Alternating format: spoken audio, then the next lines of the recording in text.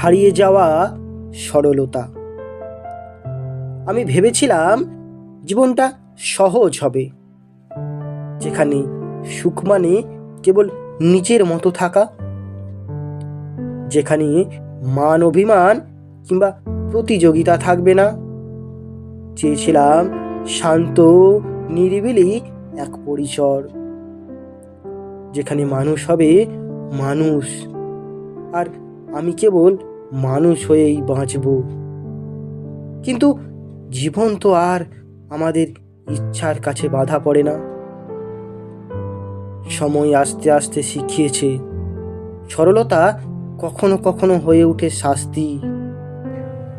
যতবার আমি নিরীহ থেকেছি, ততবারই আমার সরলতাকে অন্যেরা ব্যবহার করেছে। তাই আমাকেও শিখতে হয়েছে অবহেলার মাঝে শক্ত হয়ে দাঁড়াতে। সহজ মানুষ থেকে পরিণত হতে হয়েছে এক দৃঢ় মানুষে, যাকে আর সহজে কেউ ভাঙতে পারে না।